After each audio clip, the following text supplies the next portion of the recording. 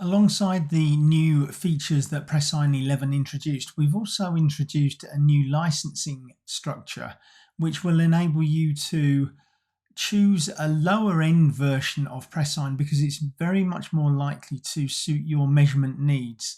So I'll be explaining those licenses to you now just to help you choose what version of pressSIGN you would like to go for and give you a little bit more background information. Okay, let's have a look.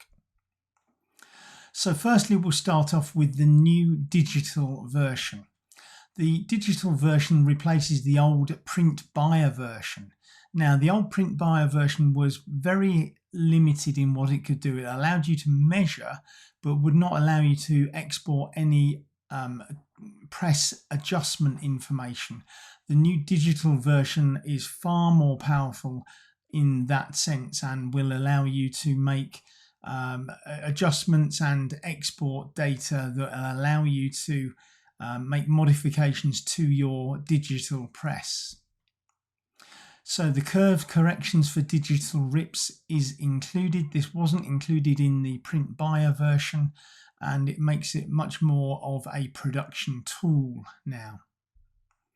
So the curve corrections that we are exporting right now in 2022 are shown on the screen there. So we've got the Adobe curve files, Agfa Sasanti, Caldera Curve 3 files, device link profiles we can export. These are all exportable by pressSIGN.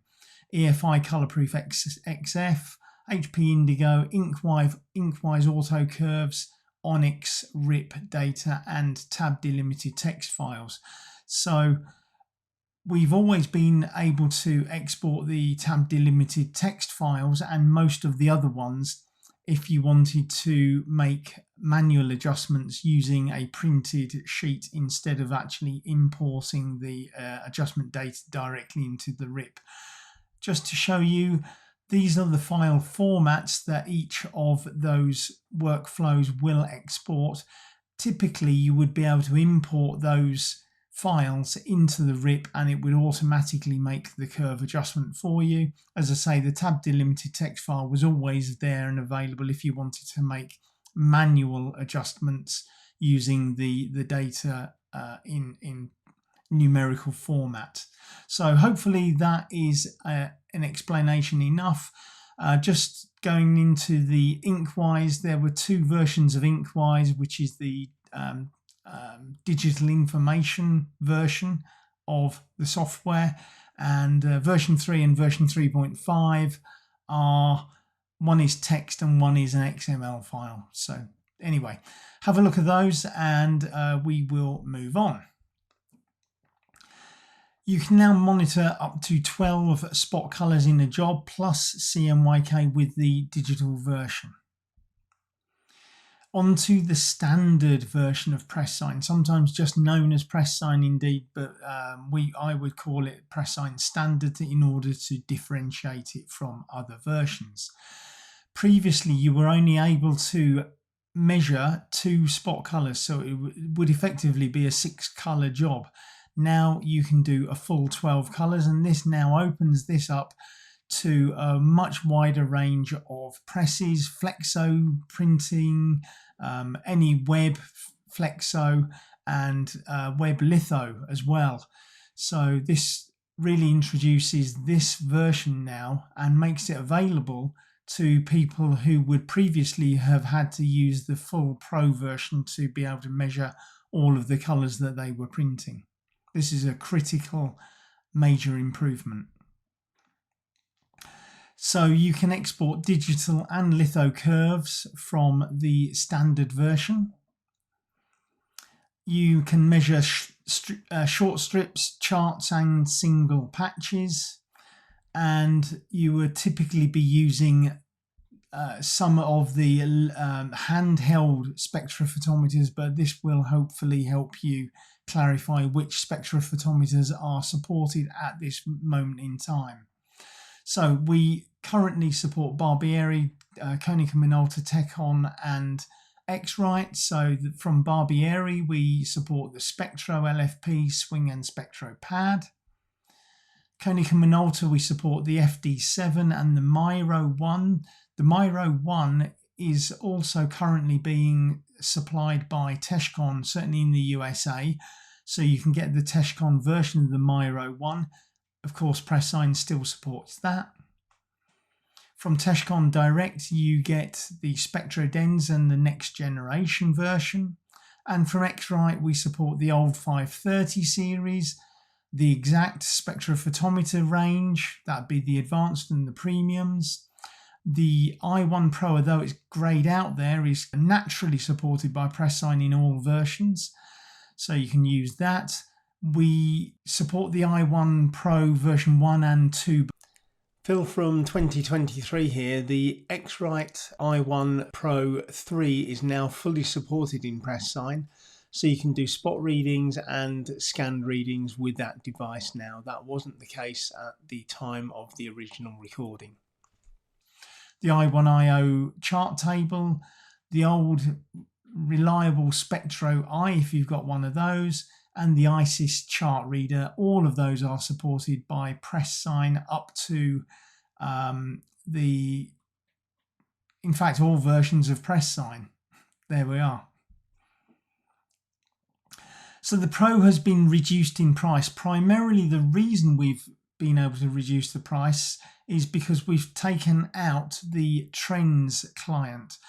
You can still buy the Trends client separately, but they used to be supplied together. So now the Pro, you buy it on its own, and you can buy a Trends on its own. There's no limit to the number of Pros and the number of Trends that you would like to buy to add to your pressSIGN server. So let's have a look at the licenses. There's now two different ways of buying pressSIGN. Essentially, the first way is to buy an outright purchase, which we're now calling a perpetual license. So you buy it outright, and the thing about it is that you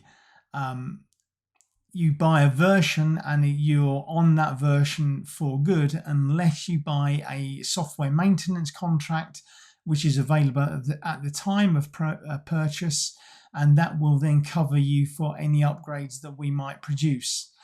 This is typically going to be a more expensive way of buying pressSIGN and staying up to date. Of course, if you just want to stay on your old version and not go updating in the future to take advantage of all of the new spectrophotometers, new standards that we support, all of that kind of thing, then that's fine. But ideally, I think the way to go is the next way, which is going through a subscription. Subscriptions are available for 1 month up to 3 years. So we do a 1 month, 3 month, 1 year and a 3 year subscription availability. And of course, subscriptions include all upgrades that we are supplying. So you're always able to upgrade. Essentially, the subscription version is replacing the GPM version, the Global Print Management version. If you've got a Global Print Management version, of course, you're freely updating to pressSIGN 11, as you well know already. But all subscription versions, and remember that subscription versions are now available for all of the licenses, so a digital, standard or pro, are all available as subscription, and they all include the job synchronization sync features that you used to have with the GPM. So you can synchronize job data, results, color libraries, spot color libraries, target standards, color bars, that kind of thing from one site to another. So it's a really brilliant update to that and available with the subscription versions. Let's have a quick look at some more information. We've, with version 11, opened up the ability for you to get a dongle-free option. Now, with the GPM version, it was always dongle-free anyway, so that was always taking advantage of internet licensing. If you buy a perpetual license or have a perpetual license now and would like to upgrade to a dongle-free option, you can do that. That takes away all of the hassle of having to manage a dongle, and if a dongle gets lost or broken or stolen, then there's usually a lot of trouble with that. So long as your server is online and able to synchronize with the licensing server, then you can go for a dongle-free option. You can also mix a variety of clients with one server, so you can get a digital, standard or pro all on the same server, and again there's no limit to the number of clients that you can have connected to that server. Okay, so that's really a brief run through of some of the new features and updates relating to the licensing specifically for pressSIGN 11. If you'd like to see more videos, then make sure you hit the subscribe button. You can hit the like button if you like. I don't really mind. That's nice if you do. Thanks for watching, and have a look at this channel to make sure that you get all of the latest updates for pressSIGN, and contact me through the channel, through the comments if you need to be able to upgrade. Thanks for watching.